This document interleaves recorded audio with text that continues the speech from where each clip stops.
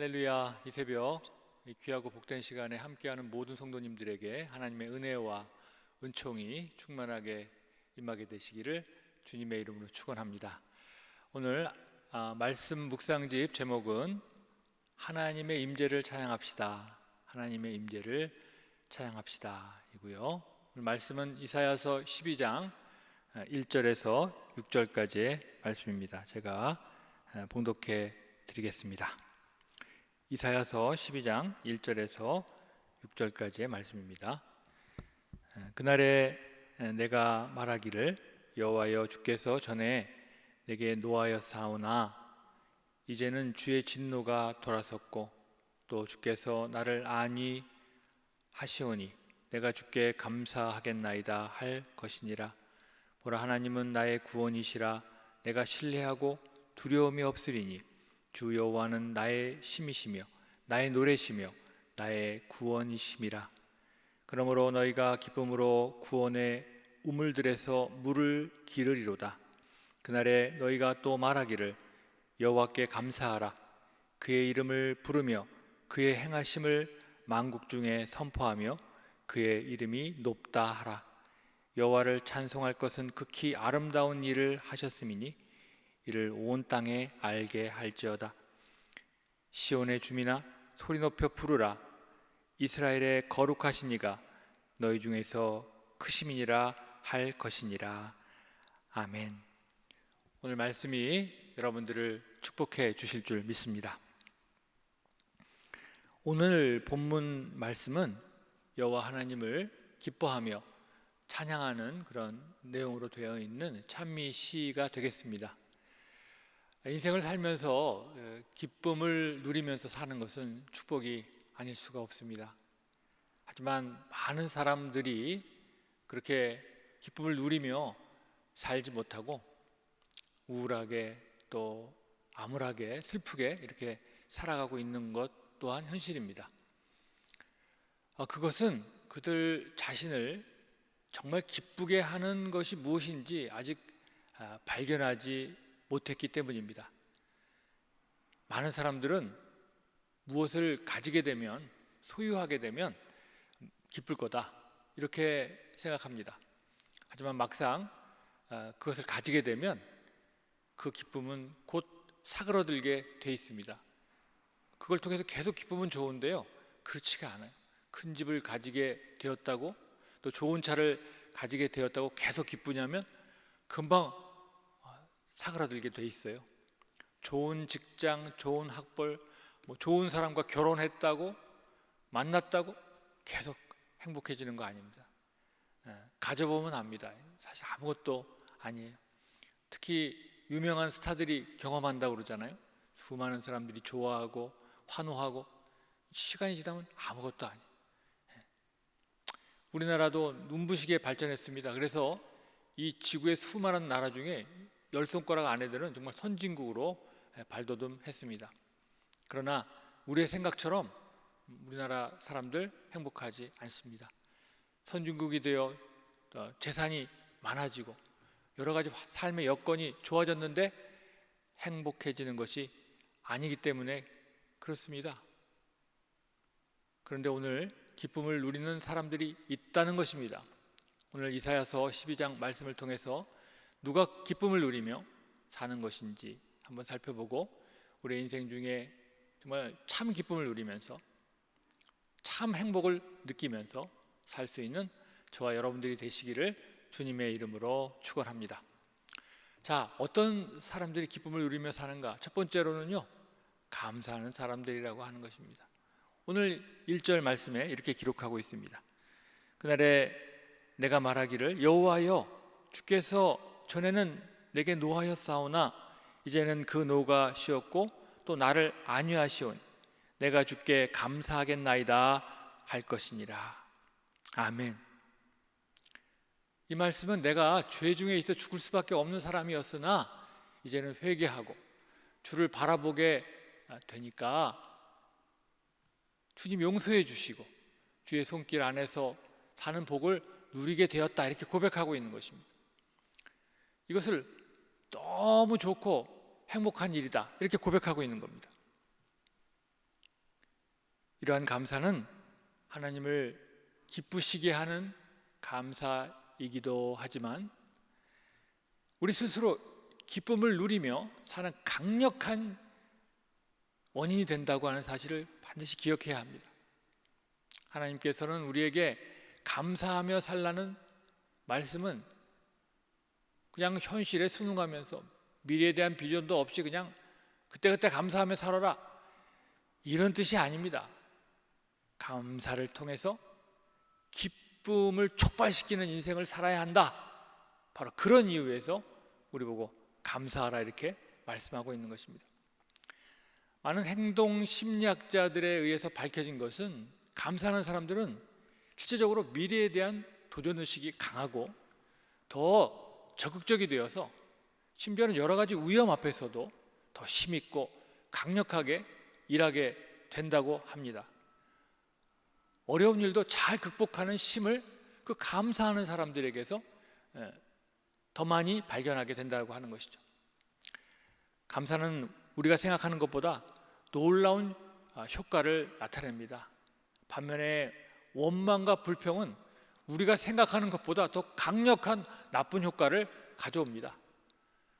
우리는 정신을 바싹 차려서 원망과 불평에게 우리의 생각을 내놓지 않도록 정말 열심을 내야 합니다. 그렇지 않으면요, 순식간에 사람들은 불안해하고 원망하고 미워하고 하는 것에 우리의 생각을 던져버리기 때문에 그렇습니다. 사랑하는 성도 여러분, 하나님만 바라보고 하나님만 기뻐하고 감사할 수 있는 저와 여러분들이 되시기를 주님의 이름으로 축원합니다. 특히 본문 말씀에 보면 전에 진노하셨으나 이제 우리를 용서하신 하나님, 그러면서 감사하고 있는 걸 볼 수가 있어요. 용서를 받았다고 하는 것입니다. 이걸 감사하는 거예요. 사람에게는 용서받고 싶은 본능이 있습니다. 죄책감에서 벗어나고 싶어 하는 것이죠.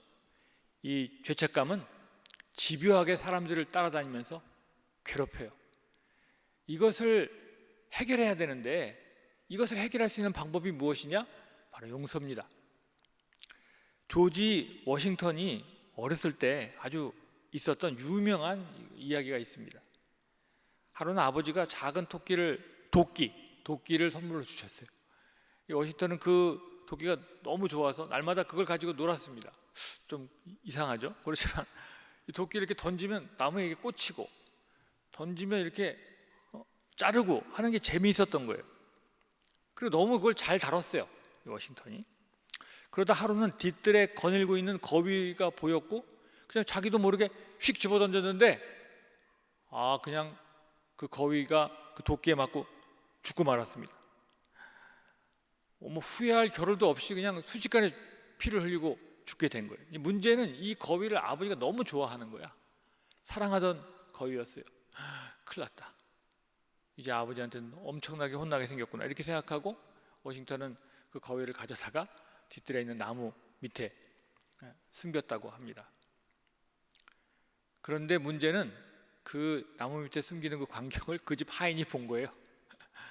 그럼 그렇게 되니까 워싱턴이 달려가서 절대로 말하지 말라고, 절대로 말하면 안 된다고 이렇게 부탁하고 이제 돌아갔답니다. 근데 문제는 그 다음부터 이 하인이 그걸 꼬투리로 자꾸 자기를 부려먹는 거예요. 뭘 얘기해도 들어주지 않는 거예요. 꼬투리를 잡고 계속 힘들게 해. 워싱턴, 지금 물 좀 길어 와야 되는데 좀 갔다 올래? 자기 보고 물을 길어 달라고 얘기를 하는 거예요. 나 지금 빗자루가 필요한데 좀 갖다 줄래? 그런 거예요. 뭐라고? 나 지금 바빠서 못해요. 그러면 뭐라고 그러냐면 저 나무 아래 거위가 있는데, 이러면서 워싱턴을 겁박하는 거예요. 그렇게 힘든 세월을 지내다가 워싱턴은 이제 곰곰이 생각했어요. 내가 이러다가 이렇게 고민하다가 정말 제명에 못 살겠다. 차라리 아버지에게 사실대로 얘기해야 되겠다. 이렇게 마음을 먹고 아버지에게 달려가서 무릎 꿇고 모든 사실을 말했습니다. 눈물을 흘리며 자기의 죄를 고백했어요. 그때 워싱턴의 아버지는 이렇게 말했어요. 내가 다 알고 있다. 내가 시무룩하고 또 거위가 보이지 않고 그런 걸 보면서 너가 거위에게 어떻게 했구나 알게 되었다. 그리고 또 그 일 이후에 하인이 자꾸 너를 이렇게 힘들게 하는구나, 이것도 내가 알고 있었다. 그러나 나는 네가 스스로 나한테 와서 용서를 빌 때까지 기다리고 있었어.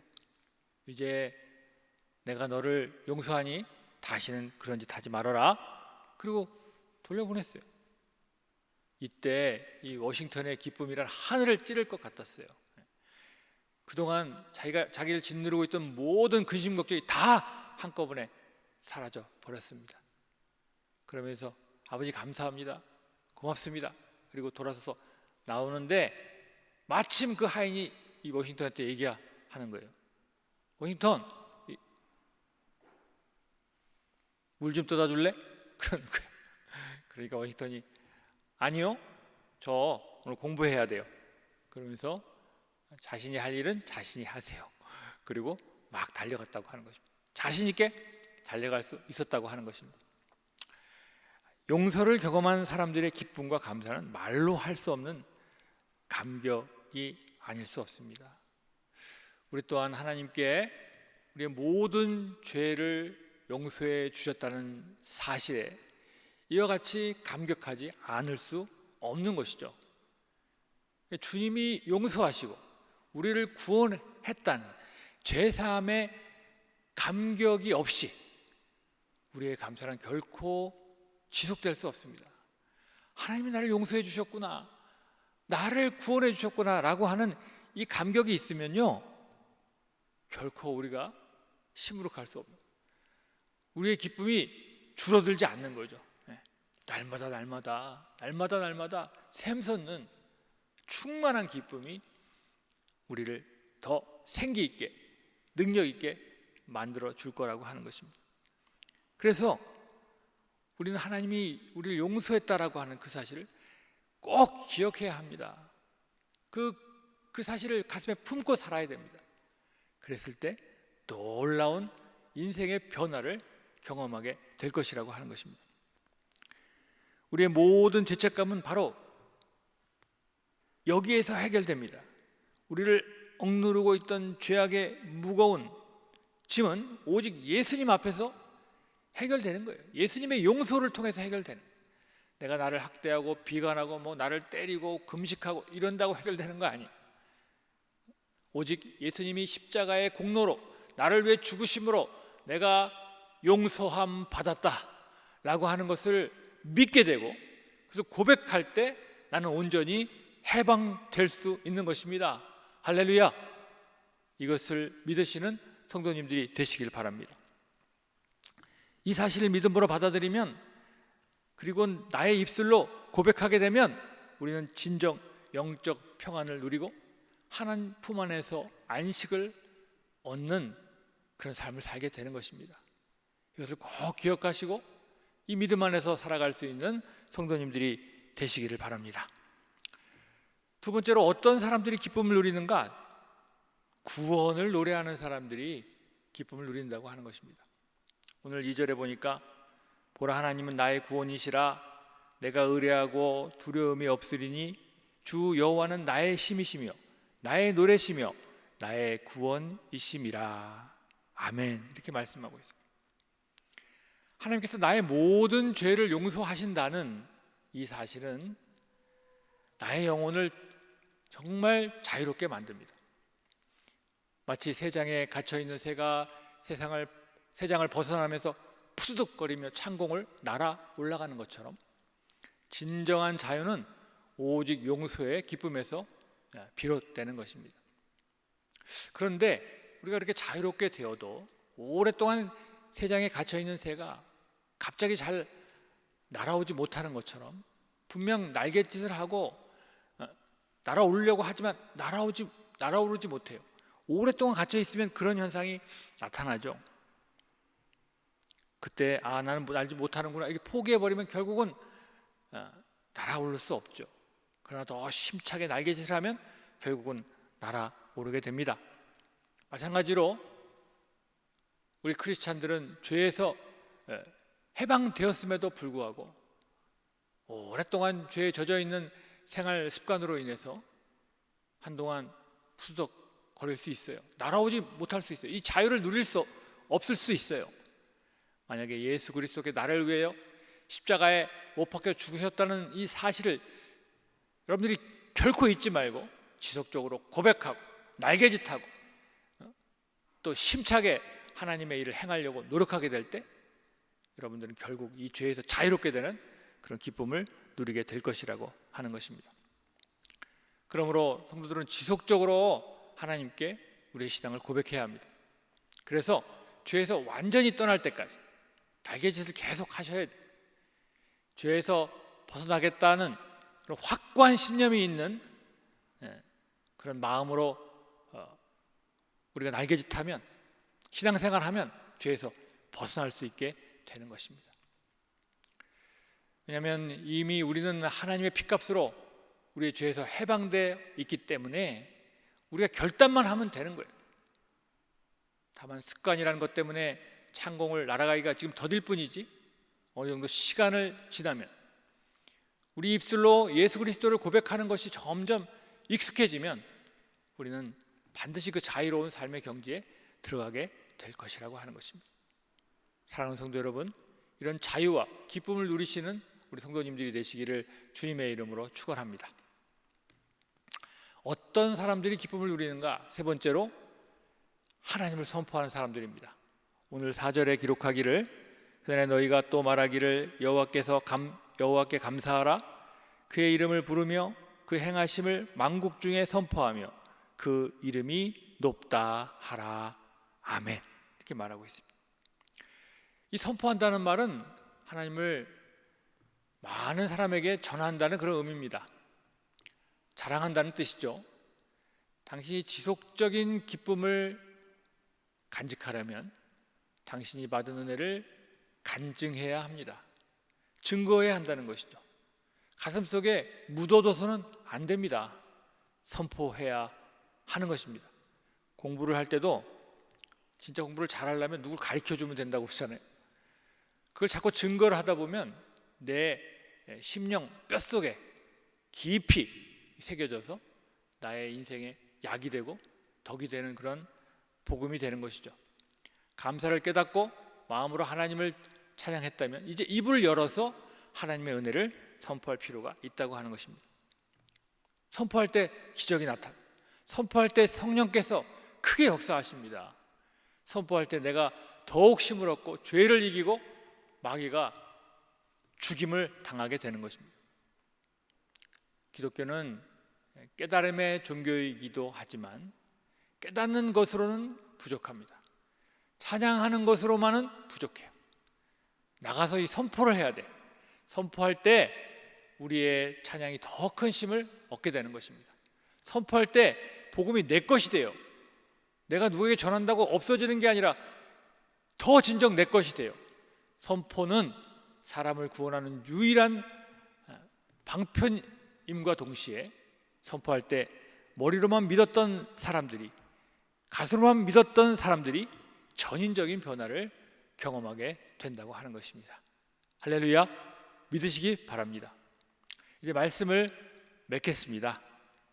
돈이 많다고, 가진 것이 많다고 행복하고 기쁜 것이 아닙니다.